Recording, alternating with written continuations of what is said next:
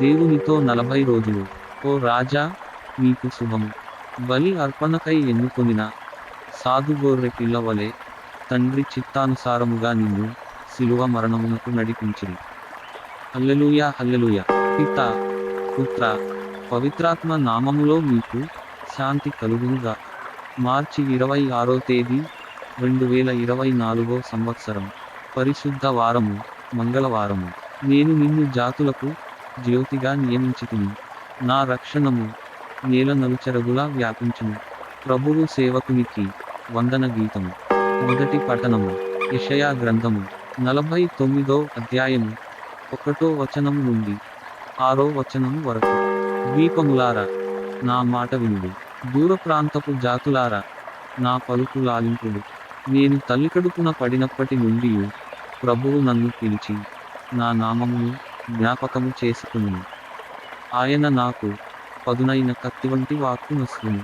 తన హస్తముతో నన్ను రక్షించును. ఆయన నన్ను వాడి అయిన బాణముగా చేసి వాడుకొనుటకుగాను తన అంబుల పొదిలో దాచెను. ఆయన నాతో, ఇశ్రాయేలు, నీవు నాకు సేవకుడవు, నీ వలన నాకు కీర్తి కలుగును అని చెప్పెను. నేను నిరర్ధకముగా శ్రమపడితిని, నా బలమునంతటినీ వినియోగించినను ఫలితము సాధింపజాలనైతినని నేననుకొంటిని. కాని ప్రభువు తప్పక నా పక్షమున ఉండును. నా కృషికిగాను నన్ను బహూకరించును. నన్ను మాతృగర్భమున రూపొందించిన ప్రభువు ఇట్లు సెలవిచ్చును. యాకోబును తన వద్దకు కొనివచ్చుటకును, ఇశ్రాయేలును తన చెంతకు చేర్చుటకును ఆయన నన్ను తన సేవకునిగా నియమించెను. ప్రభువు నాకు కీర్తిని దయచేసెను. నా బలమునకు కారకుడు ఆయనే. ప్రభువు నాతో ఇట్లు పలికెను, నీవు నాకు సేవకుడవై యాకోబు వంశీయులను, ఇశ్రాయేలున మిగిలిన వారిని నా యొద్దకు తీసుకొని వచ్చుట మాత్రమే చాలదు, నేను నిన్ను జాతులకు జ్యోతిగా నియమించెదను. అప్పుడు నా రక్షణము నేల అంచుల వరకు వ్యాపించును. ఇది ప్రభువు వాక్కు. ప్రత్యుత్తర గీతము. కీర్తనల గ్రంథము 71వ అధ్యాయము 1 నుండి 2, 3 నుండి 4, 5 నుండి 6, 15, 17 వచనములు. అందరూ, నేను దినమెల్లా నీ రక్షణమును ప్రకటించదను. ప్రభూ, నేను నిన్ను ఆశ్రయించితిని. నేను ఏనాడును అవమానము చెందకుందునుగా. నీవు న్యాయవంతుడవు కనుక నన్ను ఆదుకొని రక్షింపుము. చెవియొగ్గి నా మొరవిని నన్ను కాపాడుము. అందరూ, నేను దినమెల్లా నీ రక్షణమును ప్రకటించదను. నీవే నాకు రక్షణ దుర్గము, నాకు సురక్షితమైన కోటవై నన్ను రక్షింపుము. నాకు ఆశ్రయస్థానమును రక్షణ శైలమును నీవే. దేవా, దుష్టుల బారి నుండి నన్ను కాపాడుము. క్రూరులైన దుర్మార్గుల బెడద నుండి నన్ను రక్షింపుము. అందరూ, నేను దినమెల్లా నీ రక్షణమును ప్రకటించదను.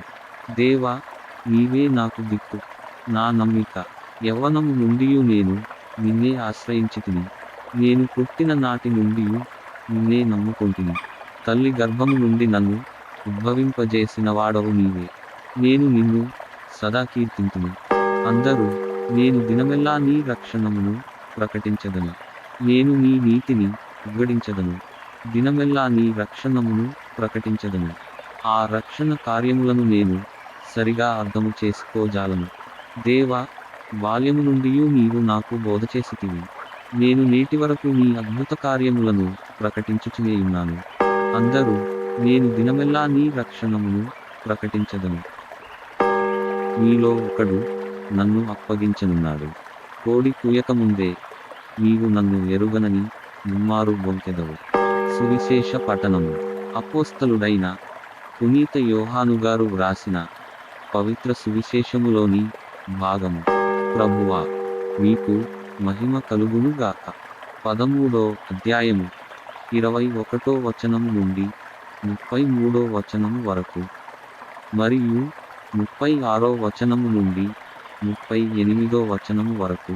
యేసు అంతరంగమున బాధపడుచు, మీలో ఒకడు నన్ను అప్పగించబోవునది నిశ్చయము అని స్పష్టముగా పలికెను. అంతటా ఆయన శిష్యులు, ఆయన ఎవరిని గురించి ఈ మాట చెప్పుచున్నాడు అని సందేహించుచు ఒక ఒకరినొకరు చూచుకొనసాగిరి. శిష్యులలో యేసు ప్రేమించిన ఒకడు ఆయనకు ఆనుకొని కూర్చుండియుండెను. యేసు ఎవనిని గురించి ఈ మాట చెప్పెనో అడుగుమని సీమోను పేతురు అతనికి సైగ చేసెను. అతడు అట్లే యేసు వైపు వంగి, ప్రభూ, అట్లెవడు అని ప్రశ్నించెను. నేను రొట్టె ముక్కను ముంచి ఎవనికి ఇచ్చెదనో అతడే అని యేసు సమాధానమిచ్చి, ఒక రొట్టె ముక్కను ముంచి సీమోను ఇస్కారియోతు కుమారుడగు యూదాకి ఇచ్చెను.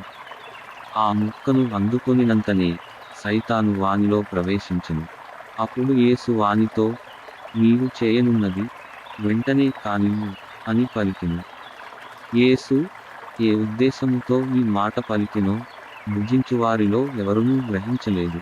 యూదా వద్ద డబ్బుల సంచి ఉన్నందున యేసు వానితో పండుగకై తమకు అవసరమైనవి కొనమనియో లేక పేదలకు ఏదేని ఇవ్వనియో చెప్పుచున్నాడని కొందరు తలంచిరి.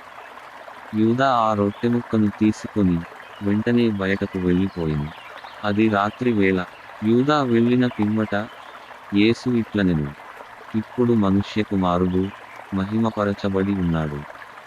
ఆయనయందు దేవుడు మహిమపరచబడెను. ఆయనయందు దేవుడు మహిమపరచబడిన ఎడల దేవుడును తనయందు ఆయనను మహిమపరచును. ఒకే విధమున ఆయన మహిమపరచును. చిన్న బిడ్డలారా, నేను కొంతకాలము మాత్రమే మీతో ఉందును. మీరు నన్ను వెదకెదరు. నేను వెళ్ళు స్థలమునకు మీరు రాజాలరు అని యూదులతో చెప్పినట్లే మీతో కూడా చెప్పుచున్నాను. అందుకు సీమోను పేతురు, ప్రభూ, నీవు ఎక్కడకు వెళ్ళుచున్నావు అని అడిగెను. నేను వెళ్ళు స్థలమునకు ఇప్పుడు నీవు నా వెంట రాలేవు, కానీ తరువాత రాగలవు అని యేసు చెప్పెను. ప్రభూ, ఇప్పుడు మీ వెంట నేను ఎందుకు రాలేను? నేను మీ కొరకు నా ప్రాణమునైనను ఇచ్చెదను అని పేతురు పలికెను. అందుకు యేసు, నీవు నా కొరకు నీ ప్రాణమును ఇచ్చెదవా?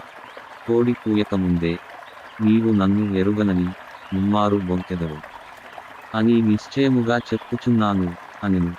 ఇది క్రీస్తు సువిశేషము. క్రీస్తువా, మీకు స్తుతి కలుగునుగా.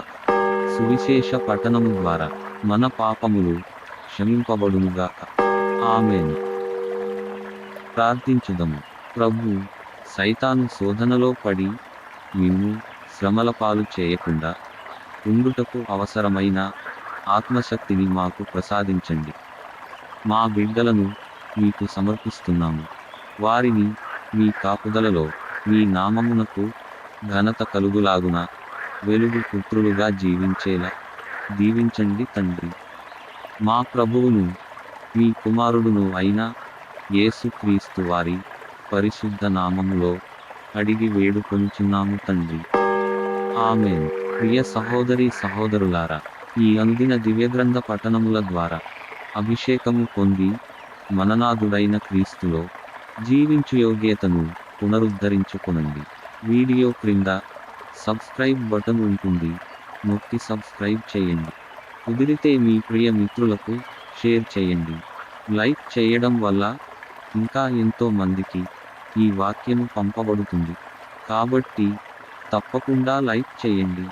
ఏవైనా సలహాలు సూచనలు ఇవ్వదలచిన వారు కామెంట్ చేసి సహకరించండి. ప్రభువైన క్రీస్తుని ప్రేమ మీకు మీ బిడ్డలకు తోడైయుండునుగా. పితా, పుత్ర, పవిత్రాత్మ నామమున. ఆమేన్.